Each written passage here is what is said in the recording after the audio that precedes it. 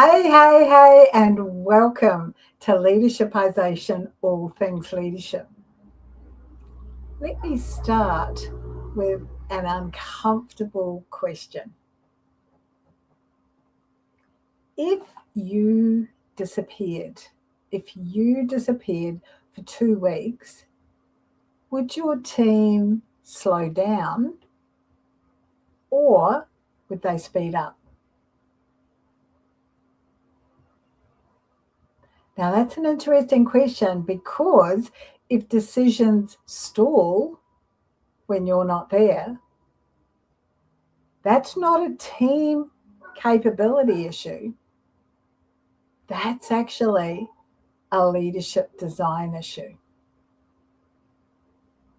It's actually a leadership design issue. You see, there are many high performing leaders, the very behaviours that made you successful, the very things that you do that made you successful, that got you to where you are now, that got you to where you are now, they may now be slowing everyone else down. They may be slowing everyone else down. Some of the biggest bottlenecks are created by the most capable leaders who are excellent at solving problems, leaders who are excellent at stepping in, leaders who are excellent at making sure that things are right. And when you're doing that, what the team, what the system, what the organization learns is that nothing moves unless it goes through that person. So join us today because we're going to explore that hard leadership question. Are you leading the system, or has the system quietly reorganized itself around you? We've got 5 key points to have a look at. I've got 2 practical tools that you can use straight away. And I've also got a couple of reflection questions for you. So, what's the first key point? Well, bottlenecks are built through reinforcement, not intention. Now, it's most likely that you don't step out purposefully with intention to create a bottleneck. However, every time you step in, every time you solve the issue, the team is learning dependency. Every single time an approval or a decision is centralized around you, the decision-making muscle of your team diminishes. Atrophy. It just diminishes. They're not using it, so they lose it. Yeah? The quicker that a leader solves the problem, the less independent the thinking is, the less independent the problem solving is. So what you're actually doing is disempowering them. And every time you rescue people, you own the issue, what you're doing is you're reinforcing to the team, everything's got to come through me. I've got all the answers. Don't rely on each other, just come back to me. And what that means is that you become the bottleneck. Are you doing that intentionally? Probably not. But you are reinforcing all the time. Every time you rescue, every time you own the issue, what you're doing is reinforcing and reinforcing. The second point is this: centralized control feels productive. So from your perspective as a leader, that centralized control can often feel really, really productive. But what I want to show you here really quickly is that it's actually a capacity trap. In the short term, the control gives you a lot of clarity. Hey, I'm awesome. I know exactly what's going on here. However, it also slows down the execution long term. In the short term, it reduces short-term risk. Yeah, the risk isn't there anymore.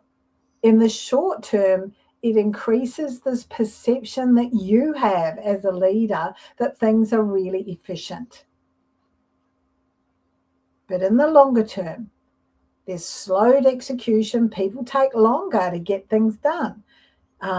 Their initiative is reduced. They're not excited about demonstrating that they can think for themselves because you take over. And there's a hesitation that they have. And the real hard thing here is that they actually learn this from you. They learn it from you because the control sets this kind of capacity ceiling. They can only go so far and then no more. No more. And what it actually does is it disempowers your team individually and as a whole team. Okay? Great to see you here, Leonie. Welcome. So the third point is this. Third point, indispensability.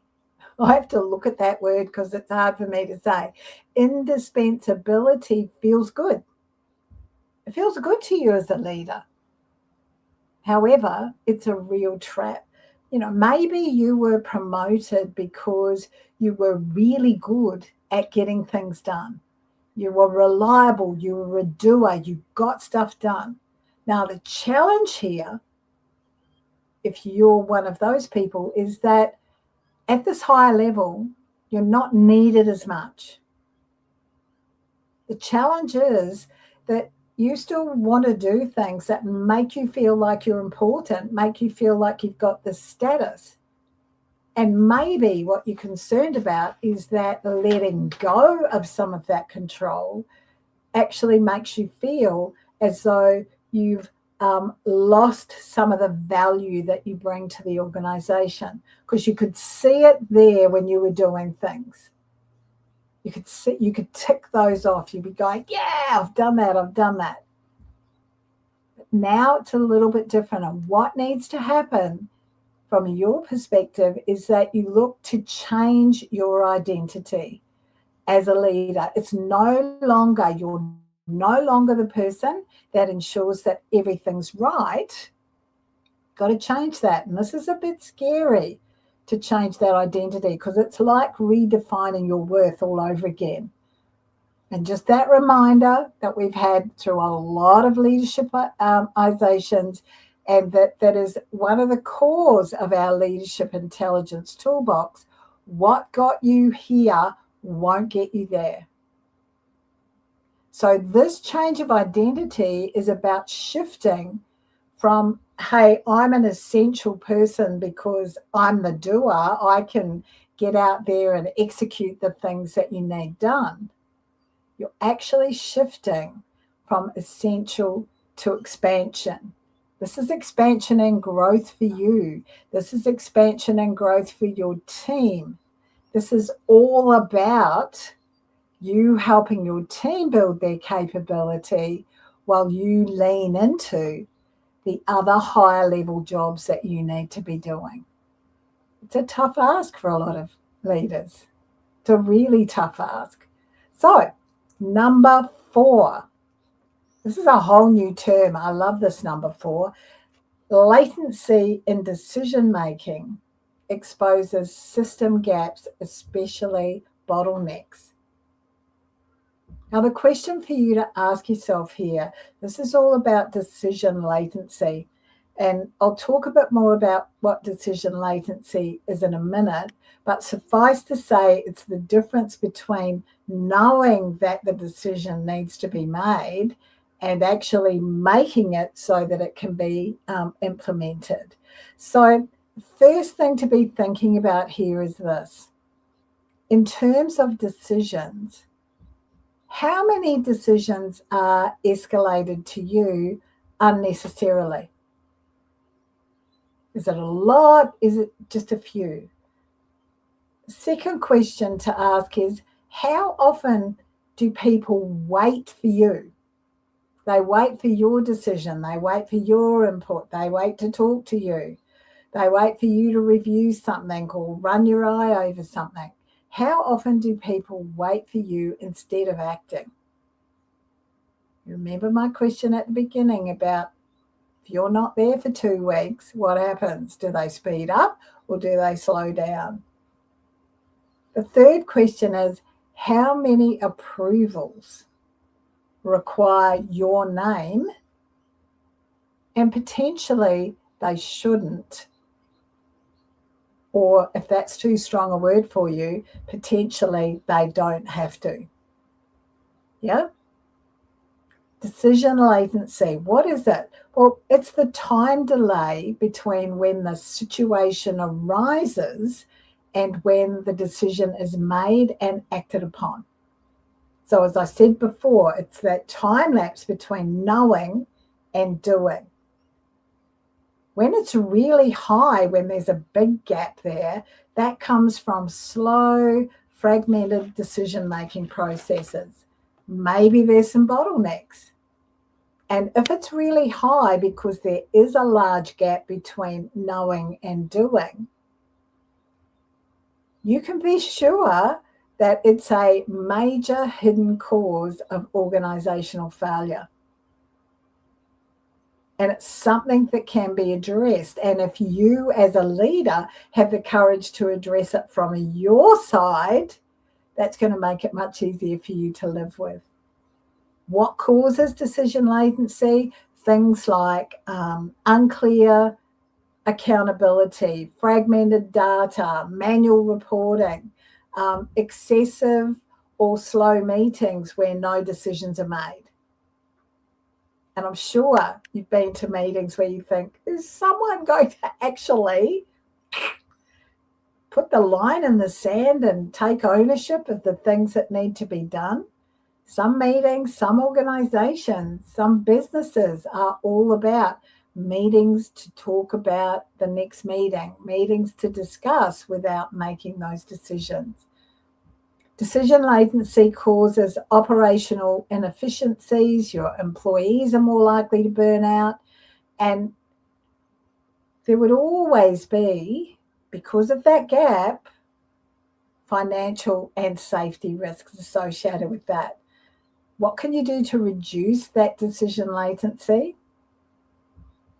It's about streamlining that workflow, clearer ownership, so that you can get rid of those bottlenecks, that you look at those ownership boundaries that we talked about last week, and that you make sure that one of those boundaries is handing over the decision authority, so that people who are working on the task can make a certain level of decisions associated with that, and they're not stop, start, because what we also learned last week is that your team adapts to your leadership style. So if your leadership style is stop, start,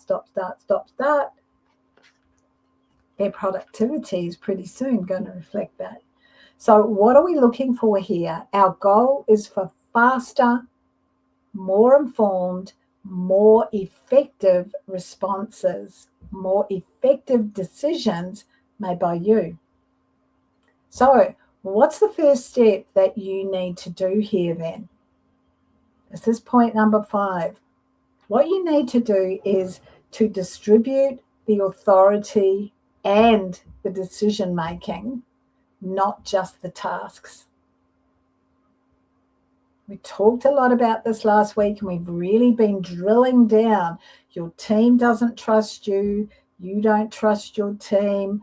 Actually, are you really handing over psychological ownership? And now what we're looking at is the behavior of the leader in terms of being the bottleneck. And the reason I'm drilling down into these is because they're very common issues for new leaders to be having. They're also really common issues for leaders who've been around a little while to be having, particularly if there's been a lot of change around them, and the way that they manage that is by holding on with control. So in order for you to distribute the authority and the decision making and not just the tasks, you need to firstly understand that authority is not the same as responsibility. You're giving a person authority, you're tasking them with making the decisions, and that's quite different from giving them the responsibility of carrying out the tasks. And teams actually need those decision rights clearly defined. We talked about this with the ownership boundaries that we covered last week. So it's about clearly articulating that. What needs escalation, what doesn't, where autonomy begins, where it ends.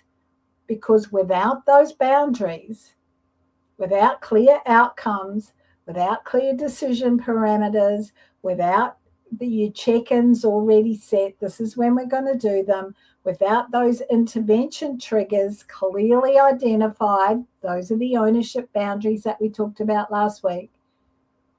When they're not clearly defined, what we know is that ownership steps in. So to scale, to grow, you're going to need to have distributed that confidence. They're all going to want to feel that confidence, that they can make the decisions, that they do have the authority to do things, and it's not just about you tasking them. Okay? Let's have a look now at two. I keep getting my fingers wrong today. Let's have a look now at two leadership intelligence tools that you can implement straight away to get things happening. Right? The first one of these is what I call the 30% decision release audit. Very fancy name. It's really a question. That's all it is. It's one question and one short task. What I want you to do is to identify 3 decisions that currently require your approval. 3 decisions that currently require your approval. And then what I want you to do is to pick one of the 3, pick one of them, whichever one it is that you want, and remove yourself from that. Redefine the decision or the ownership boundary really clearly and hand it on to someone else. And then what I want you to do is to observe. Does the performance go down or does the ownership go up? And if you've done a great job of redefining those ownership boundaries, outcomes, decision parameters, check-ins, intervention triggers, look at last week's leadershipization if you need more detail on those. Like if you've done a great job of redefining those and sharing them with whoever you've given the authority to, ownership should be going up. Less for you to do. You scale by stepping back quite deliberately. Yeah? The second tool today, I call this the what would you do shift. Now, when you have all these tools, I know you've got to come up with names for them because they're all kind of slight variations of a similar theme, but they have a specific role to do with exactly what we've been talking about today. So this is a question for you to ask your team when they come to you, recognizing that as a result of the awareness that we've raised today, you're wanting to change. You're wanting to stop being the bottleneck. You're wanting to hand more ownership over. So the ideal question for you to ask someone in your team would be this one. You might want to write it down. What would you do if I wasn't available? What would you do if I wasn't available? Now, the really awesome thing here is that it builds that decision muscle that we talked about before. Like every time you make a decision for them, their muscle is declining. So it builds that decision muscle. It also starts to rewire that dependency pattern. We don't want to continue to build that dependency. And it develops thinkers, which means that your leadership at this higher level becomes all about building the capacity of the individuals in your team. And the greater their capacity is, the less need there is for you to be the bottleneck. You can get on with doing the other things that you're here to be doing in the organisation. Okay, let's have a look now. We've got 2 reflection questions. The first one is this. Before I ask you that question, these reflection questions are for you to ask yourself and to be thinking, where is this hitting home? What am I learning about myself, and how can I grow as a leader as a result of this reflection? Because what we know is that self-awareness is where all of this starts. That's at the very core of your leadership intelligence. So the first one, where have I unintentionally made myself the center of every critical decision? Where have I unintentionally made myself the center of every critical decision? Now, some of you may have intentionally made yourself the center of every critical decision. I'm giving you the benefit of the doubt here. Be honest, because then you can start to apply that 30% decision audit that I gave you as the first tool a little earlier. So that's the first one. The second one is this, and this follows on again from that same tool. If I removed myself from 30% of all operational approvals, what fear services first for me? Is it the fear of not being relevant? Is it the fear of not being in control? Is it the fear of getting it wrong? Is it the fear of being blamed? Once you've identified that, once you've called it, you're going to be then in a position to change it. But if you're not facing up to it, then you're not going to change it, are you? So they're my 2 reflection questions for you. Good luck with those. Let us know how you go, because we're always interested in that feedback that we might get from people that tells us, yeah, that was a great question. It really made a difference for me. So key takeaways today. Bottlenecks are behavioural patterns, and you can reinforce those all the time. The great thing is that they're not personality flaws. They're not personality flaws. It feels good. It feels good, this bottlenecking, this control. But actually it holds other people back. And that's not going to help you in the long run. And real growth means that you step up and away so that you can redesign the structure to improve that decision latency. You want those decisions going through really smoothly in your team. Okay, thank you for being here. Thank you, Leonie, for spending some time with us today. If you've got questions or comments, pop them on the platform that you're watching this on. If you're watching this as a replay, #replay would be fabulous. Look, leadership bottlenecks really come from capability. They really come from capability. They come from patterns that we've stopped noticing. So if today's conversation made you recognize somewhere, a place where you might be holding more than you think you need to, or more than you need to, I love that for you, because that's useful awareness.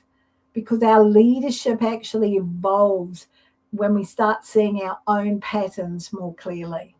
That's when we can work on the growth. That self-awareness enables us to work on changing our identity. So if you'd like a conversation about what evolution might look like for you and for your team, there's a link that you can book a 30-minute conversation with me, and I'd love to explore that to you, with you, to you. Together we can explore it. So next week, we're going to be having a deeper look at the various layers, the things that contribute to this need to have control all the time. Thank you so much for joining me today. Bye now.